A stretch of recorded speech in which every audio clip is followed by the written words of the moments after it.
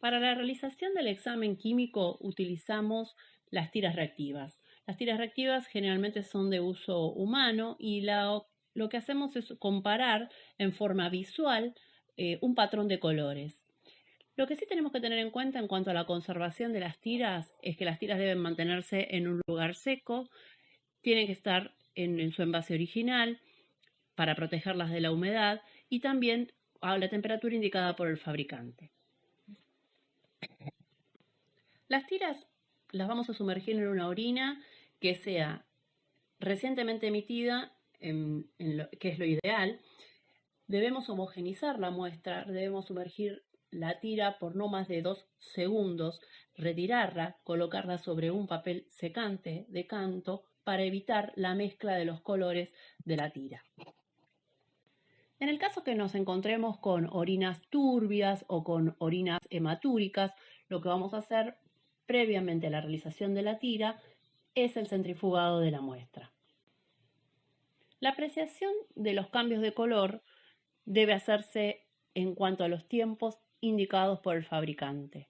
Incluso hay aparatos que se colocan las tiras reactivas y nos realizan una lectura del patrón de colores. Lo más común es realizarla a ojo desnudo. Para la determinación del pH, las tiras reactivas contienen rojo de metilo, azul de bromotimol y fenoftaleína, que detectan pHs en rangos entre 5 y 9. El pH urinario varía con la dieta y con el balance ácido-básico. El pH urinario de los perros y de los felinos, que tienen una dieta a base de carne y con alta cantidad de proteínas, es ácido. Va en valores de 5 a 7. En animales con dietas basadas en cereales y vegetales, tienen orinas alcalinas, pH de 7 a 8. Hablamos fundamentalmente de los herbívoros. Podemos mencionar algunas de las causas de orinas alcalinas. Incluyen infección de tracto urinario, fundamentalmente por bacterias uriasas, como el Proteus y el estafilococo, que transforman la urea en amoníaco y da como resultado orina alcalina, alcalosis metabólicas y respiratorias, retención urinaria, como puede darse en una obstrucción, que puede generar la descomposición de la urea a amoníaco, en caso de ingesta de alimentos, lo que se denomina marea alcalina. Y obviamente lo que dijimos anteriormente, las dietas basadas en cereales y vegetales provocan un pH alto.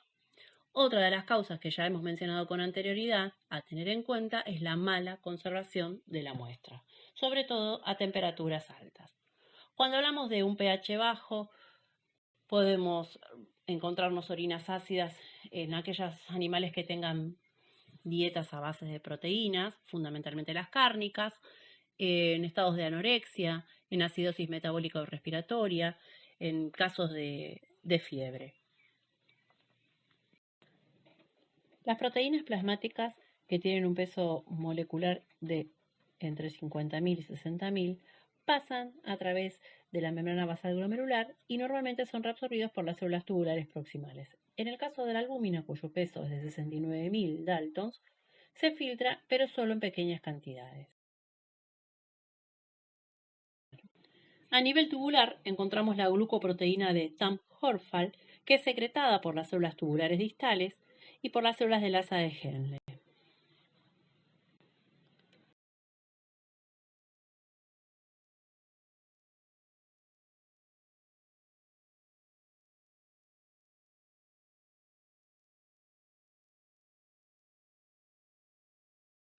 La detección de una cantidad anormal de proteínas en la orina es un importante indicador de enfermedad renal, ya que las proteínas tienen una tasa máxima de reabsorción tubular que es baja, y el aumento de la filtración de proteínas satura rápidamente este mecanismo de reabsorción. La proteinuria puede ser de origen prerrenal, renal o postrenal.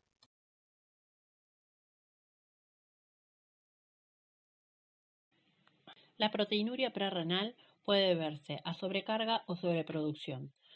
Existen factores prerrenales que pueden dar proteinuria leve y transitoria por aumento de la permeabilidad glomerular, como pueden ser fiebre, enfermedad cardíaca, enfermedades del sistema nervioso central y esfuerzos musculares excesivos.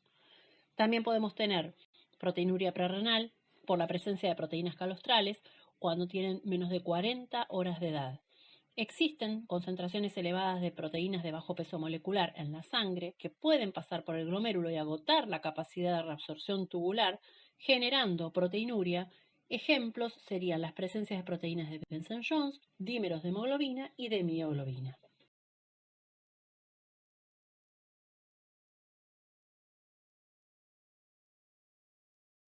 La proteinuria posrenal se debe a proteínas que son depositadas en la orina procedentes de cualquier sector del tracto urinario distal al riñón, como pueden ser procesos que afecten a las vías excretoras, pelvis renal, uréter, vejiga urinaria y uretra, o también debidas a causas extrarrenales, como pueden ser procesos hemorrágicos o exudativos que afectan el tracto genital.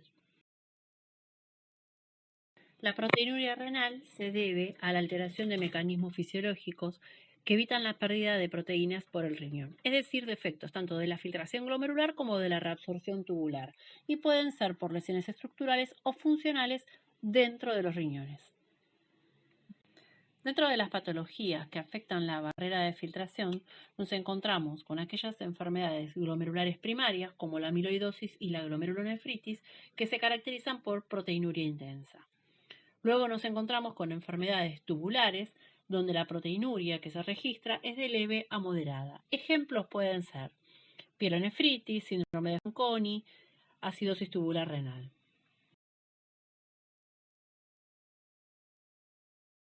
Los métodos para la medición de proteínas urinarias tenemos a través de las telas reactivas, métodos semi-cuantitativos, métodos cuantitativos a través de la utilización de reactivos como el de proteína urinaria líquido cefalorraquídeo, y también tenemos los métodos de precipitación con ácidos. Las tiras reactivas contienen como indicador de color al azul de tetrabromofenol, que es más sensible a la albúmina que a las globulinas. El límite inferior de sensibilidad para la detección de proteinuria es aproximadamente de 10 miligramos decilitros y el límite superior es de 1 gramo decilitro.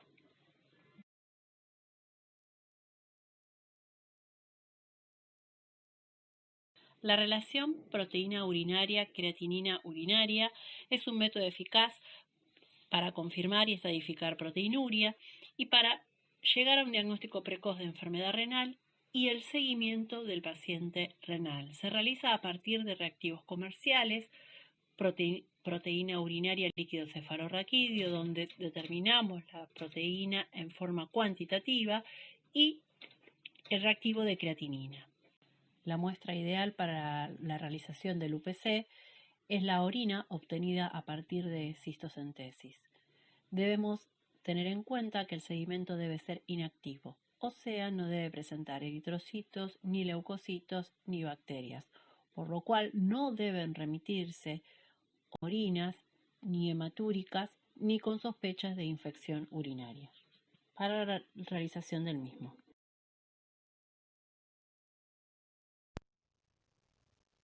La glucosa es filtrada por el glomérulo renal, reabsorbido a nivel del túbulo contorneado proximal. Cuando se supera el umbral de glucosa en sangre, que es de 180 en caninos y 280 en felinos, nos encontramos con la presencia de glucosa en orina, o sea, glucosuria. Podemos encontrar glucosuria con hiperglucemia en casos como diabetes mellitus, convulsiones, administración endovenosa de destroza, hiperadrenocorticismo, pancreatitis aguda, excitación o estrés, particularmente en felinos. Glucosuria con normoglucemia se debe a la disminución de la reabsorción tubular de glucosa. Ejemplos serían en insuficiencia renal aguda con daño tubular o la glucosuria renal primaria o síndrome de Fanconi. Cuerpos cetónicos. Beta-hidroxibutirato, acetato y acetona no se encuentran en la orina en forma normal. filtran a través del glomérulo y se reabsorben en el túbulo contorneado proximal. La causa más común de cetonuria asociada con glucosuria es diabetes mellitus complicada o diabetes cetoacidótica. Es importante tener en cuenta que las tiras de orina detectan acetoacetato en menor proporción a acetona y no detectan beta-hidroxibutirato. Durante las etapas iniciales de la terapia con insulina, en el caso de cetoacidosis diabética, hay un incremento de la conversión del beta-hidroxibutirato a acetato y por lo tanto el grado de cetonuria puede aparecer incrementado en un principio. Casos de cetonuria sin glucosuria en pequeños animales pueden darse en cachorros en casos de inanición, pueden darse en casos de lipidosis hepáticas, en felinos, y en animales de producción podemos observarlo en ovejas melliceras y en bovinos en periodos de lactancia. Bilirrubina. La bilirrubina proviene de la ruptura del grupo hemo por el sistema retículo endotelial que provienen de los eritrocitos seniles. Esta bilirrubina, sin conjugar o indirecta, circula hasta el hígado unida a la albúmina, donde va a ser captada por el hepatocito y se conjuga con el ácido glucurónico, transformándose en bilirrubina directa. La bilirrubina en la orina está en forma conjugada, ya que la bilirrubina no conjugada está unida a la albúmina, que normalmente no pasa la barrera glomerular en gran cantidad a menos de que exista un daño glomerular. En gatos sanos no se observa bilirrubinuria. Sí se pueden observar pequeñas cantidades de bilirrubina en perros sanos. Esto se debe, primero, al renal umbral bajo que tiene y por otra parte porque las células del túbulo renal son capaces de catabolizar la hemoglobina a bilirrubina no conjugada, la conjugan y después la secretan en la orina. El umbral renal para la bilirrubina es bajo. Es por esto que pequeños aumentos de bilirrubina plasmática llevan a bilirrubinuria. Por lo tanto, la bilirrubinuria se detecta antes que la hiperbilirrubinemia o la ictericia. Causas de bilirrubinuria: enfermedades hepáticas, obstrucción del flujo biliar, hemólisis intravascular. Sangre o hemoglobina. Las tiras reactivas detectan la presencia de eritrocitos intactos, hemoglobina libre y mioglobina en la orina. La orina de perros y gatos normales tiene que ser negativa para la sangre.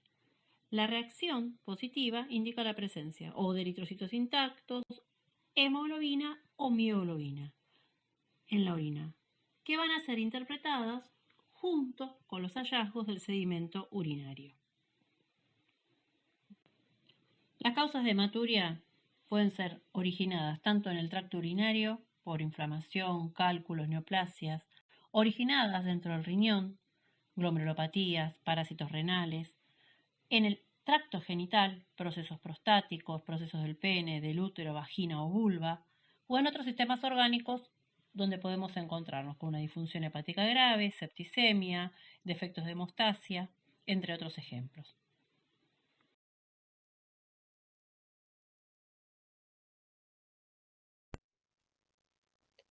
Para la diferenciación de hemoglobina de mioglobina, se procede a colocar 5 mililitros de la orina en un tubo de centrífuga al cual se añaden 2,8 gramos de sulfato de amonio.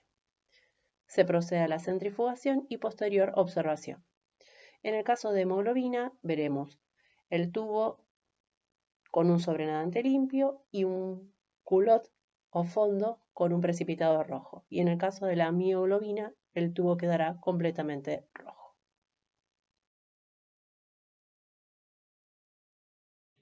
Urobilinógeno. La presencia de urobilinógeno es normal.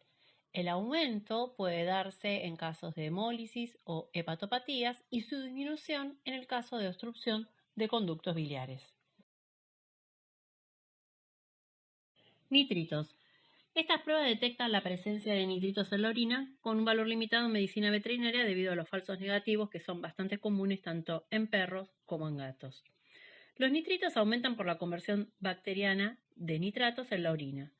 que se puede ver en presencia de infección del tracto urinario. Sin embargo, no todas las bacterias pueden convertir nitratos a nitritos. Además, la orina debe permanecer en la vejiga al menos 4 horas para que el tiempo sea suficiente para que se realice la conversión bacteriana.